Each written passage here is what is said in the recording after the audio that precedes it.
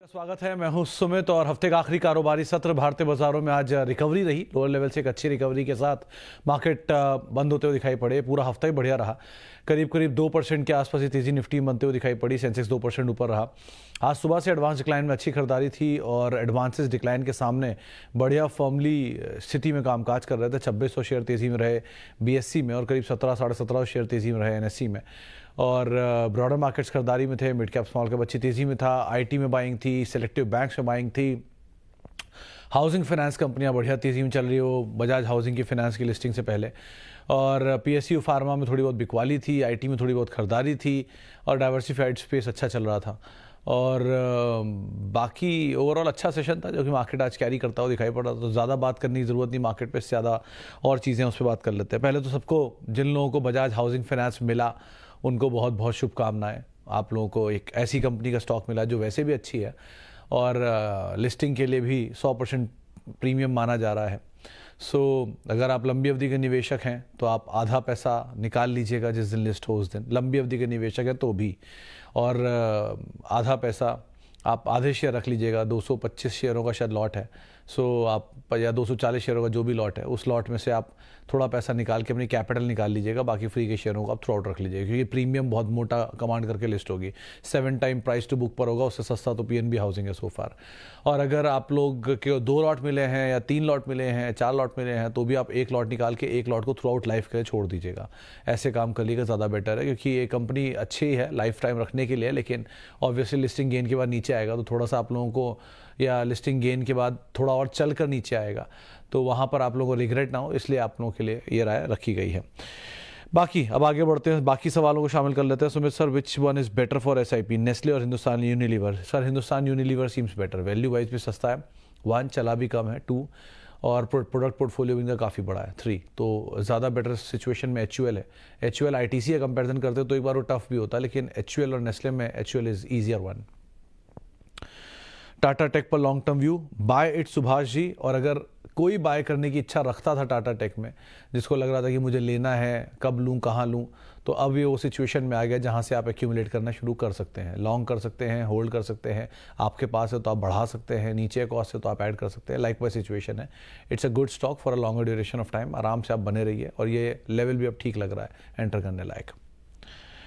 Okay, hello Sumit sir, Bajaj housing finance 1 lot मिला है, क्या मैं अपनी कोर पोर्टफोलियो का हिस्सा बना सकता हूं? हाँ हरी सर, बना सकते हैं, लेकिन कोर पोर्टफोलियो किसी एक बाज़ार की कोर गिरावट में हिलने ना लग जाए, ये ध्यान रखिएगा। क्योंकि बाज़ार वैसे बहुत अच्छा है, बहुत तेज़ है, सब कुछ बहुत अच्छा है। Everything is so good, so very good. आपके पास लिक्विडिटी है, आपके पास वैल्यू है, आपके पास अच्छे नंबर हैं, इंडिया एक ग्रोइंग स्टोरी है, एक स्टेबल गवर्नमेंट है, we are very well positioned, everything is acceptable, कोई इशू नहीं है। लेकिन कभी ऐसा हुआ कि मान लीजिए आपका कोई एक स्पेसिफिक स्टॉक जो आपके कोर पोर्टफोलियो का हिस्सा है वो 20% लोअर सर्किट लगा जाए तो आप घबराएं ना। तो आप ज़रूर बने रहिए, लेकिन अगेन मैक्सिमम आईपीओ में एक ही जवाब होता है मेरा कि पहले दिन आप ये नहीं तय कर सकते कि ये अगले 20 साल रखने लायक है कि नहीं। इसीलिए थोड़ा सा मैं लोग सबको ये बोल रहा हूँ कि जो 1 लॉट मिला है एटलीस्ट कैपिटल निकाल लीजिए। 14,000 रुपये आपका कैपिटल है, आपको लगता नहीं 14,000 रुपये मैं रिस्क लेने के लिए तैयार हूँ, मुझे कोई रिस्क नहीं है, कोई दिक्कत नहीं है, आई विल मैनेज, फाइन। फिर तो आप आराम से होल्ड करिए, थ्रू आउट लाइफ होल्ड करिए, कोई दिक्कत नहीं है। लेकिन जहाँ तक आप अपना रिस्क, बहुत लोगों ने एचएनआई कैटेगरी में भर दिया है, बहुत लोगों ने 20 लॉट भर दिए हैं, बहुत लोगों ने इधर उधर से भर दिया है। सो उन लोगों के लिए भी, क्योंकि हर तरह के लोग सुन रहे हैं, तो सबके लिए एक राय है कि आप थोड़ा कैपिटल निकाल लीजिएगा। बाकी आप शेयरों में बने रहिए, कंपनी अच्छी है, प्रोडक्ट अच्छा है, मैनेजमेंट अच्छा है, सब कुछ अच्छा है, बट वैल्यूएशन पार्ट थोड़ा महंगा हो जाएगा as soon as a list at around 100% premium तब।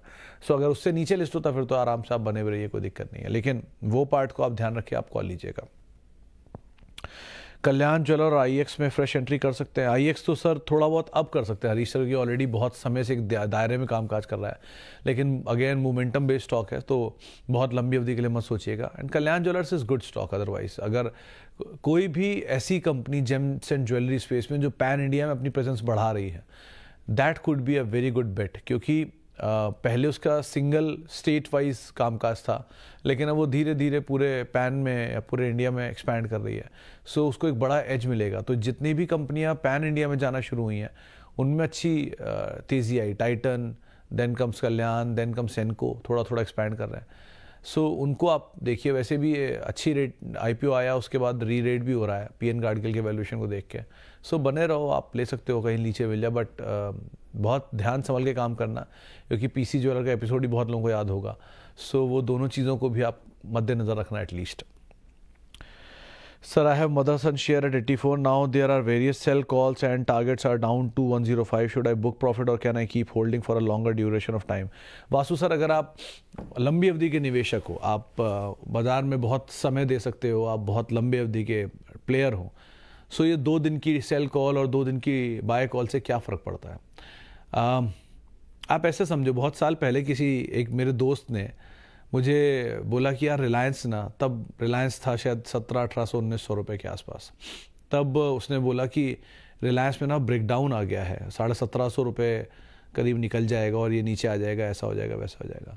तब मैंने एक ही सवाल पूछा कि रिलायंस, उस समय पर रिलायंस की मार्केट कैप थी शायद मोटा मोटा 11-12 लाख करोड़ रुपए के आसपास।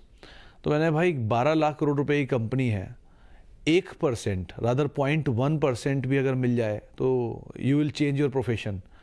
1, 2, एक 4 लाइनें देख के you can not comment Reliance industries की प्रॉफिटेबिलिटी एंड इट्स गुड और बैड एनी डे, क्योंकि एक कंपनी जो साल का मुनाफा ही कमा डालती है 60,000 करोड़ रुपए के आसपास का, उसको डेस्टिनी मतलब चार्ट नहीं तय कर सकता, एटलीस्ट उसकी प्रॉफिटेबिलिटी तय करेगी। सो आप अगर बिजनेस पे फोकस कर रहे हैं for a longer duration of time, then focus on business, don't focus on charts. And if you are focusing on charts, then focus on charts, don't focus on business. आप समझिए कि आप allopathic में doctor को दिखा के homeopathy की दवा खा रहे हैं, ऐसी गलती मत करिए। जो आप जिसको भी फॉलो करिए, खराबी दोनों में नहीं है, सब अच्छा है। चार्ट्स भी बहुत अच्छे होते हैं, डेरिवेटिव ऑप्शंस भी बहुत अच्छे होते हैं, फंडामेंटल भी अच्छे होते हैं, लेकिन आपको पसंद क्या है वो आप तय करेंगे।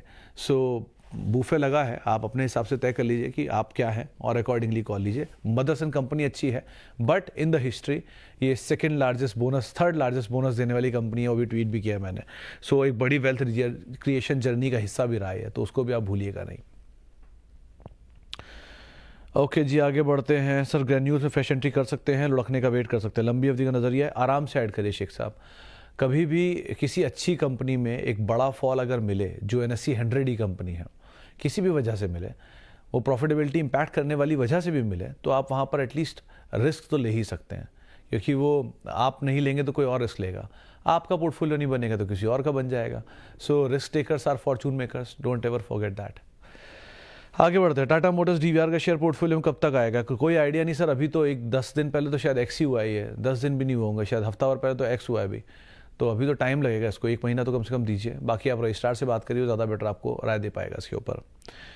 EIH hotel, EIL and JK tyre. Sir, EIL की order book all time high पर है, JK टायर का वैल्यू बहुत अच्छा है। अच्छा, JK टायर से ज़्यादा है C8 आज अपना नया ऑल टाइम हाई हिट कर गया, C8 and Tata communication. So still both of them are excellent company, my stance will remain same. और JK tyres again another value in tyre, अगर C8 के अलावा कुछ आप ढूंढ रहे हो तो JK tyre is a very good value. और रही बात EIL की, इट्स बेटर। EIH के इसमें वॉल्यूम थोड़ा कम होता है, but it's a very good company. इसमें रिलायंस का भी मतलब कुछ स्टेक है अदरवाइज, और वैसे भी कंपनी बहुत अच्छी है, तो आप बने रह सकते हो। अच्छी प्रोडक्ट प्रोफाइलिंग है।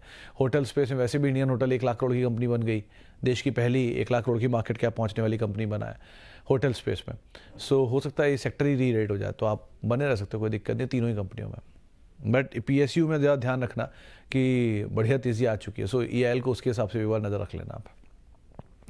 मैंने अदानी पोर्ट के 1440 के प्राइस पर बाय किया है 25 शेयर में, क्या मैंने सही किया या गलत? अभी 25 शेयर बाय करने की सोच रहा हूँ, इसमें बाय करें या दूसरा कोई स्टॉक बाय करें? श्री सर, अगर आप अदानी पोर्ट के बिजनेस से कन्विंस्ड हैं, तभी तो आपने 25 शेयर लिए हैं। सो अगर आप कन्विंस हैं तो कन्विंस विद द बिजनेस, बीच में मत रहिए, इधर यू गेट इन और यू गेट आउट, आधे में मत खड़े होइए। सो आपको पसंद है ये कंपनी, आपने नंबर पढ़े हैं, आपको अच्छी लग रही है, गेट इन। आपको नहीं पसंद है, गेट आउट। और जो पसंद करके आपने ले लिया, stick to it, stick to your belief. आप गलत पढ़ोगे तो कोई बात नहीं, नंबर खराब आएंगे तब पढ़ोगे ना। डिविडेंड पेइंग नंबर वाली कंपनी है, कैश रिच, मतलब ये कैश जनरेटिंग कंपनी है और लार्जेस्ट कैश जनरेट करती है ग्रुप के लिए। सो ये कंपनी वैसे ख़राब नहीं है। अब बस एक ही कंसर्न रहता है इस ग्रुप के साथ कि इसमें बार बार कहीं ना कहीं से कुछ ना कुछ आए जा रहा है। सो इतनी न्यूज़ फ्लोज आना एक कंसर्न रहता है हमेशा, किसी भी ग्रुप के लिए अगर आए जा रही हैं चीज़ें तो वो एक बार को मार्केट कंसर्न मान सकता है, लेकिन इस कंपनी में as of now number wise at least कोई कंसर्न नहीं है अभी। सो ठीक है, बने रहो। ओके, आगे बढ़ते हैं और कुछ और सवालों को भी शामिल कर लेता हूं जो और माध्यमों से आ रहे हैं। हाँ, ये रहा। Okay, hello sir, I am a big fan of you analysis. Thank you प्रसन्नता साहब। I have specific question for you.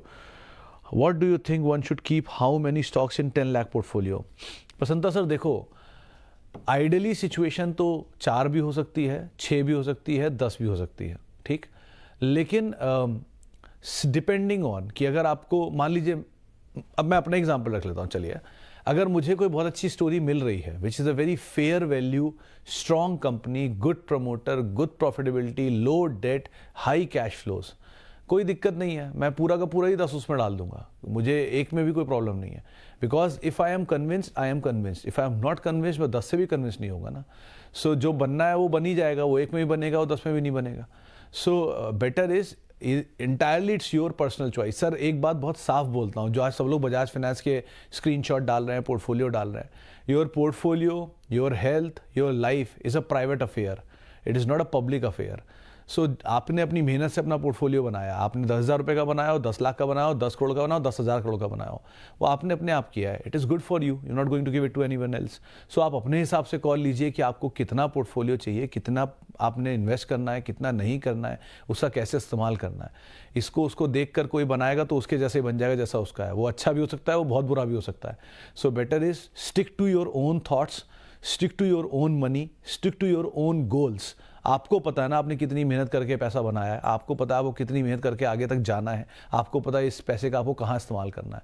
कोई और इसके ऊपर आपको राय देने वाला नहीं है, कोई और इसके ऊपर आपकी मदद करने वाला नहीं है। So stick to it. आपको नहीं मिला बजाज फाइनेंस, कोई बात नहीं, बाहर से ले लेना, वो नहीं लेना, कुछ और ले लेना, आपको कुछ और मिला होगा जो उसको नहीं मिला होगा। सो ये सब छोड़िए, आगे बढ़िए। और अगर आपको 10 लाख है आपके पास, invest it wisely and nicely.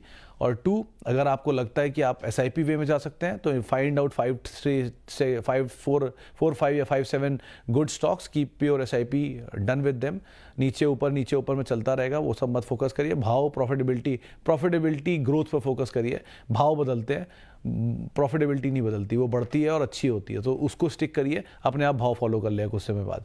ऐसे करके आप काम करिए। कुछ नहीं समझ में आ रहा तो म्यूचुअल फंड SIP कर लीजिए, धीरे धीरे वो अपने आप ही आपको राइट साइज कर देगा, अकॉर्डिंगली एडजस्ट कर देगा।